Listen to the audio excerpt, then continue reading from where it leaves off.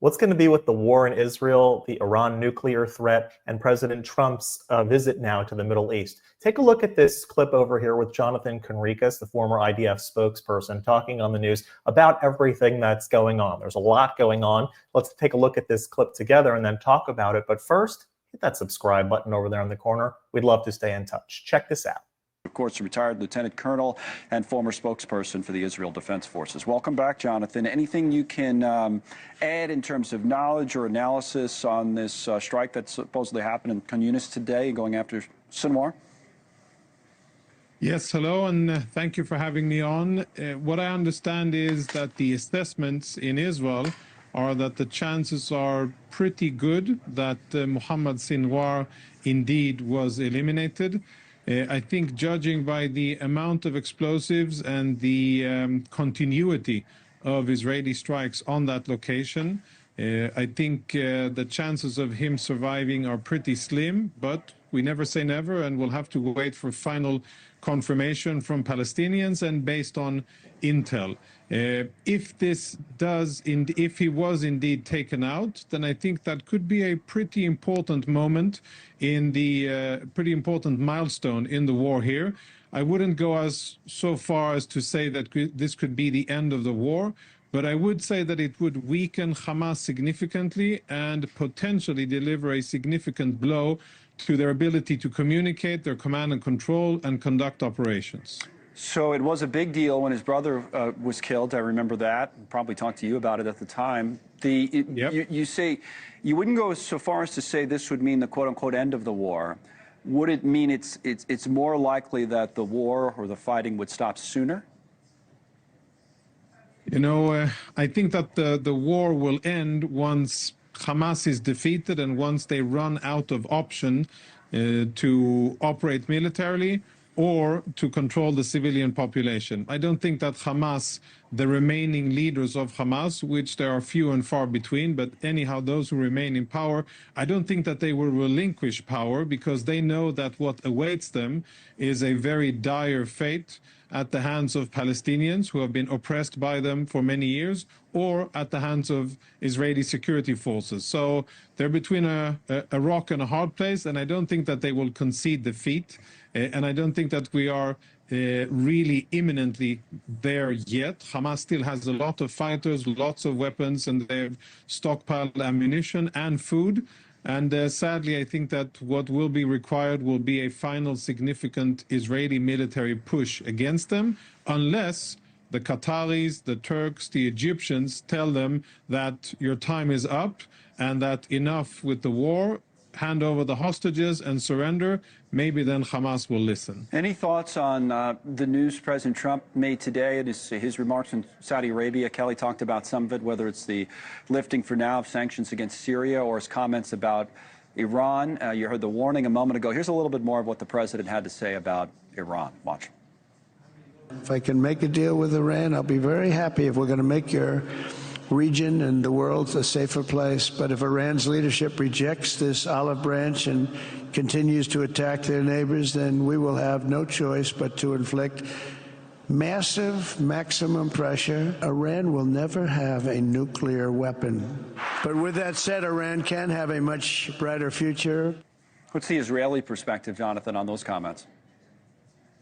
Well, I think that what President Trump is saying is really the best thing that the Iranians could hear. If they're really interested in a good future for their country, peace, prosperity, and stability, then President Trump is extending that olive branch. And I think he is very consistent in his positive approach towards the Iranians.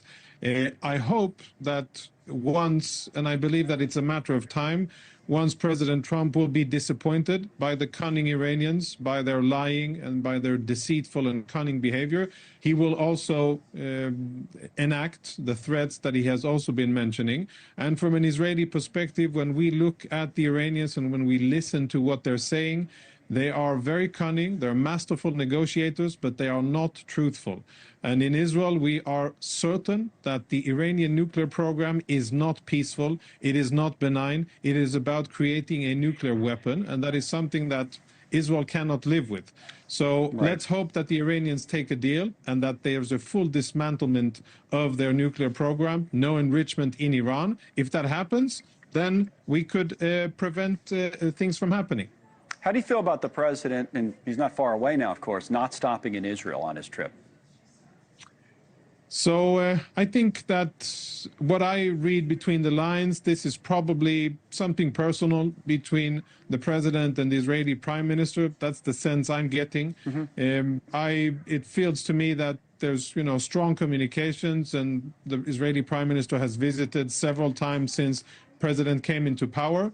I would, as an Israeli, of course, be very happy and honored for the president to choose to come to Israel on his first visit in his second tenure. But I think that the relationship is strong, the bond is strong, and I think that relations will endure whatever differences exist between leaders. And I think that Israelis, by and large, still have lots of faith in the president and believe that he's doing great things for the region, and happy that hostages are released.